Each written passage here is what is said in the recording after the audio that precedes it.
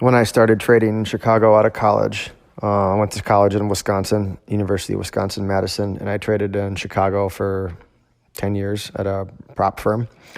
And I wanted it so bad. I wanted it since I was in junior high and high school. I've been dabbling in the stock market. And I remember getting there and just trying to figure out who are the best traders that I can find. And I would go to them and try to get over to their house for dinner or take them to lunch, or we used to go to the gym and work out together. And I would look at their trades and I would go back and plot their trades. So I would take like a red and a blue pen and enter where they bought and where they sold and try to look at that and then look at what I did and figure out, like, why are you buying here? Why are you selling here? What are you seeing? What are you looking at? And that was part of my learning process. And then I found a few people who thought differently and started to try to extract how they got that logic in their head and what made them see things the way they saw things.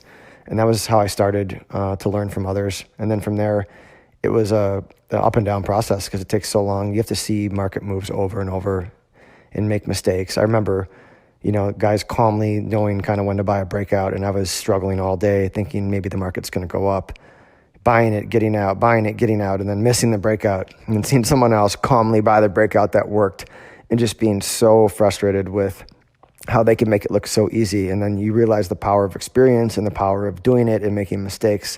And you really can't underestimate that. So it's just, you got to go through it. And I'm just kind of reflecting today on some of those stories and how that played out. And I've been doing it for, 15, 16 years. I still make a lot of those mistakes, but the psychological pain and the regret and all that stuff and the comparing yourself to others, it just goes away over time. You learn that that's not useful, and the faster you get rid of it, the better. But it's human nature to get through that. I think it's like in your 20s or when you're whatever age you are, it doesn't matter. You work really, really hard for up and down results, if not shitty results, for a while, and then later, it just seems easier to you at some point because you've been through all that. It really is psychological and emotional.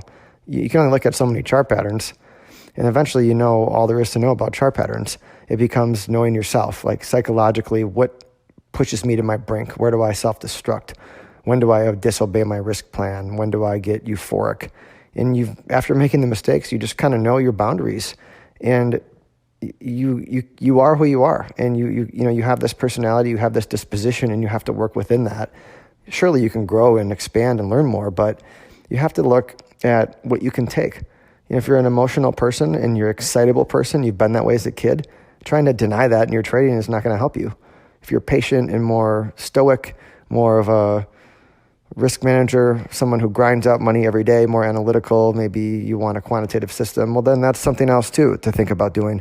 And to have a system around that, and fighting who you are never gets you anywhere. It's just radical acceptance of this is how I am, and I know it, and I trade around it. And I look for others who maybe are similar, and how do they harness themselves, and it's like, I was always a believer, and I still am, in really going hard after my strengths and then just building a system around my weaknesses. I'm not trying to improve on my weaknesses. I'm just recognizing I have them, and I'm locking down a system. If that's a piece of software to stop me from doing something, if that's not trading a certain market, if that's not trading when I have people in town, there could be a whole bunch of things.